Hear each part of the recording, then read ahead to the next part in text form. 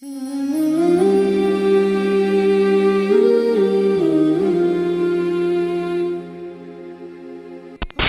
kita harus perhatikan ketika kita pengen mendidik anak generasi Robbani, pastikan makanannya itu benar. Sebagai laki-laki dan sebagai bapak di dalam satu urusan rumah tangga, maka kita harus pastikan makanan yang kita berikan dan kita suapkan kepada anak kita itu betul-betul harta yang bersih dari yang haram dan bersih dari yang syubhat. Karena anak kita kalau makan dari yang haram, dari yang syubhat, sampai kemudian anak itu dagingnya tumbuh dari yang haram, maka daging itu loh yang tidak bisa menyambut panggilan Allah dan Rasulnya ketika kita mengajak dia kepada ketaatan. Makanya harus diperhatikan bagaimana yang kita suapkan kepada anak-anak kita. Jangan diremehkan masalah harta, Pak.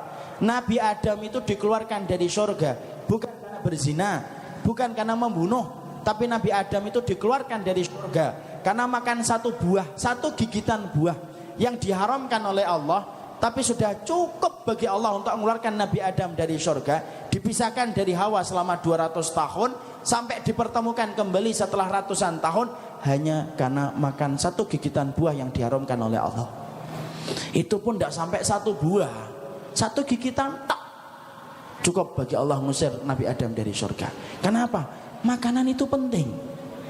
Makanya dalam surat Al-Mu'minun 51 Allah sampai berfirman, ya ayyuhar rusul kulu minat thayyibati wa'malu salihah. Wahai para rasul, makanlah yang solih, makanlah yang baik dan halal, beramal solihlah.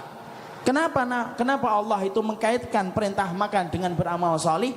Karena sesungguhnya amal solih tergantung kepada makanannya. Makanan semakin bersih, semakin gampang beramal solih. Makanan semakin kotor, maka semakin susah kemudian kita dan anak-anak kita untuk melakukan amal solih.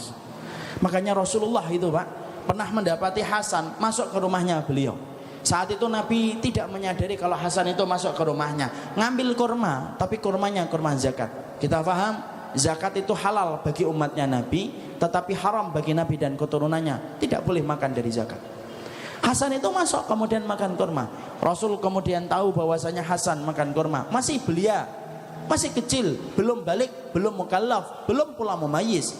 Artinya dimaafkan kalaupun dimakan itu. Tapi Nabi ketika melihat Hasan itu makan kurma tersebut, kemudian dipukul-pukul oleh Rasulullah SAW.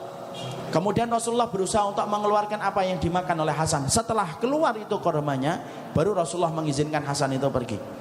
Kenapa Nabi sampai kemudian begitu memperhatikan walaupun cuma satu kurma? Karena Nabi tahu kalau kurma itu masuk ke dalam perutnya Hasan, maka akibatnya tidak akan berbanding dengan kenikmatan kurma yang hanya sesaat. Makanya kalau kita ingin untuk menciptakan anak-anak kita solih, perhatikan Pak rezeki yang kita bawa ketika sebelum kita suapkan kepada anak kita. Jangan-jangan anak kita bangunkan ketika subuh susah karena kemudian makanan yang kita berikan adalah makanan yang syubhat. Jangan-jangan anak kita susah untuk kita bangunkan untuk melaksanakan sholat subuh dan tahajud, susah karena kita memberikan makanan yang syubhat kepadanya. Kita tidak peduli rezeki kita halal ataupun haram, dibawa ke rumahnya supaya kemudian yang penting istri kita tersenyum, kemudian disuguhkan dan disajikan kepada anak kita. Allah, makanan haram itu kalau sudah di dalam tubuh, dia tidak bisa menyambut panggilan Allah karena makanan haram itu hanya menyambut panggilan menuju kepada neraka. Makanya berapa banyak anak solih, Pak, karena makanan, Pak. Bapak kenal Umar bin Abdul Aziz, khalifah yang kelima, yang terkenal dengan ketakwaannya. Ketika dia menjadi khalifah itu, Allah menurunkan berkah yang luar biasa. Lu sampai serigala tidak mau nerkam kambing. Semenjak khalifah Umar bin Abdul Aziz itu menjadi khalifah, pada malam itu orang-orang Badui di padang pasir itu ngomong, semenjak Umar bin Abdul Aziz menjadi khalifah, serigala aja tidak mau nerkam kepada kambing. Ketika Khalifah Umar bin Abdul Aziz meninggal dunia, maka kemudian ditandai dengan sebuah apa? Sebuah kejadian kembali. Serigala itu nerkam kambing. Sampai orang Badui di padang pasir itu ngomong, ini kenapa serigala sudah nerkam lagi kepada kambing? Jangan-jangan ada peristiwa besar. Dan esok harinya Umar bin Abdul Aziz itu meninggal dunia. Makanya Umar bin Abdul Aziz, dari apa dia sampai sesolih itu sebagaimana Umar bin Khattab? Perhatikan yang dikatakan oleh Ibnu Qudamah. Sesungguhnya Umar bin Abdul Aziz sesoleh itu karena ternyata ada seorang wanita penjual susu ngobrol dengan ibunya. Ibunya berkata, tambah susunya ini dengan air. Kemudian putrinya penjual susu itu berkata, nanti Umar bin Khattab tahu kalau kita mencampurkan susu itu dengan air. Halau Umar tidak tahu, dia sedang tidur di dalam rumahnya. Padahal saat itu Umar itu berada di luar rumah dan mendengarkan percakapan itu. Ketika ibunya ngomong kayak gitu, putrinya yang solihah berkata, kalau Umar tidak tahu tentang apa yang kita lakukan, Allah tahu ibu kalau kita mencampurkan susu dengan air. Itu menjadi syubhat. Umar bin Khattab di luar rumah itu gemeter Pak. Pulang dia ke rumah. Lalu ketika pulang ke rumah, dibangunkan itu putranya Asim. Bangun Asim, kum, bangun kamu. Asim bangun. Asim bin Umar kemudian bangun. Lalu kemudian Umar bin Khattab berkata kepada Asim, besok pagi kamu temui rumahnya wanita penjual susu dari seorang wanita gadis, lamar itu kemudian menjadi istrimu. Katakan bahwasanya kamu merupakan putra dari Umar bin Khattab. Asim pada pagi harinya maju Pak ke rumah tersebut, dilamar, kemudian wanita tersebut menjadi istrinya.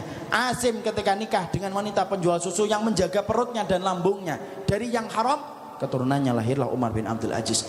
Makanan bapak yang bersih itu menciptakan air yang solih Pak.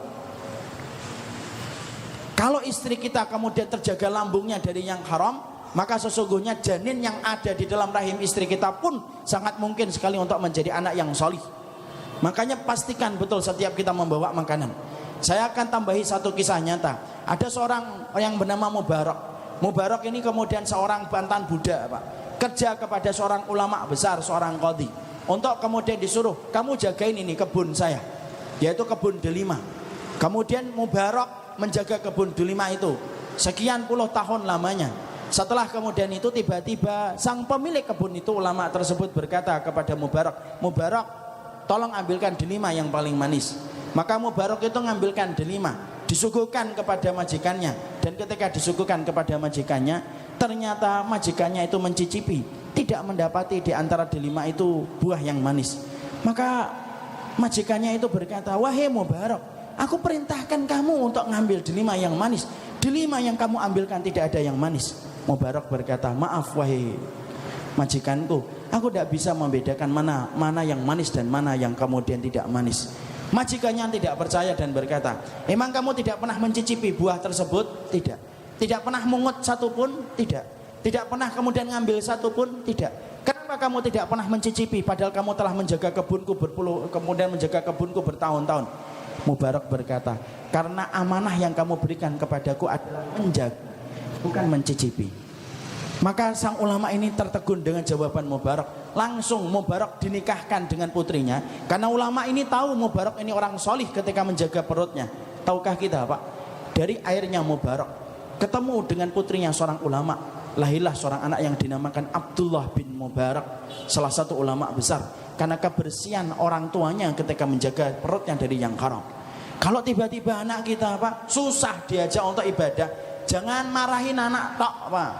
Jangan menjadikan anak kita menjadi kambing hitam. Coba kita evaluasi, sudah bersih nggak uang yang kita bawa?